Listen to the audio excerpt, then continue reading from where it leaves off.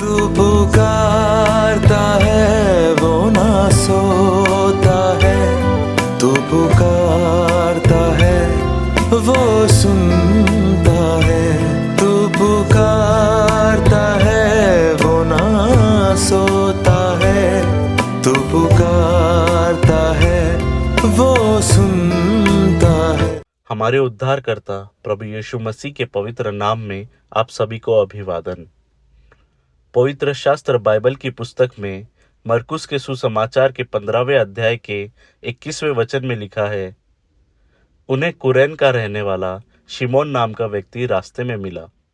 वह गांव से आ रहा था। वह सिकंदर और रूफस का पिता था। सिपाहियों ने उस पर दबाव डाला कि वह यीशु का क्रूस उठाकर चले। उस समय जिसे भी क्रूस पर चढ़ाए जाने की सजा मिलती थी, उसे वह क्रूस खुद उठाकर ले जाना पड़ता था। लेकिन क्योंकि प्रभु यीशु क्रिस्त को चाबुक से पीटा गया था, इसलिए उनकी शारीरिक हालत बहुत ही गंभीर थी और लगभग 300 पाउंड वजन वाले उस क्रूस को उठाना उनके लिए बहुत ही मुश्किल था। ऐसे समय में संयोग से वहां गुजर रहे शिमोन नामक व्यक्ति को क्रूस उठाने में मदद करने के लिए कहा गया। मरकुस लिखता है कि उसे जबरदस्ती पकड़कर क्रूस उठाने पर मजबूर किया गया। यह शिमोन यहूदी नहीं था, बल्कि वह उत्तर अफ्रीका के कुरेने का निवासी था। हो सकता है कि वह फसह का पर्व उत्सव मनाने के हेतु यरूशलेम आया हो। शिमोन नाम का अर्थ होता है सुनने वाला। मुझे लगता है कि शिमोन ने इस काम का विरोध नहीं किया, बल्कि जो कहा गया वह उसने सुना और माना। ध्यान दीजिए, कुछ दिन पहले ही एक बड़ी भीड़ प्रभु यीशु क्रिस्त को उनकी जय जयकार करते हुए यरूशलेम लेकर आई थी। उस जुलूस में उनके साथ चलने के लिए सभी उत्सुक थे, लेकिन यरूशलेम से क्रूस लेकर बाहर निकलते समय उसके साथ कोई भी न था। जो शिमोन पतरस प्रभु के सबसे निकट और प्रिय शिष्य था और जिसने मृत्यु तक उनके साथ रहने की भी प्रतिज्ञा की थी, वह प्रभु से दूर था।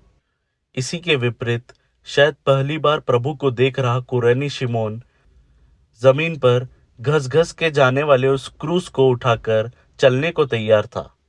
क्या उसे पता था कि प्रभु यीशु उसके पापों के प्रायश्चित के लिए क्रूस पर चढ़ाए जा रहे थे?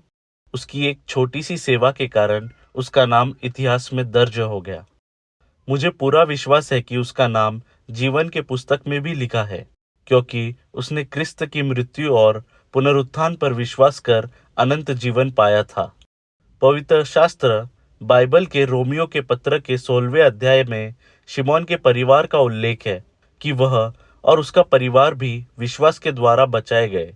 तो आप किस शिमोन की तरह बनना चाहते हैं? क्या ऐसे शिमोन की तरह जो प्रभु के क्रूस से दूर रहा था, या ऐसे शिमोन की तरह जो प्रभु के क्रूस से जुड़ा हुआ था?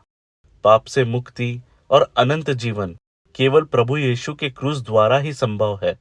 परमेश्वर आपको इसी क्रूस के निकट आने में सहायता करे।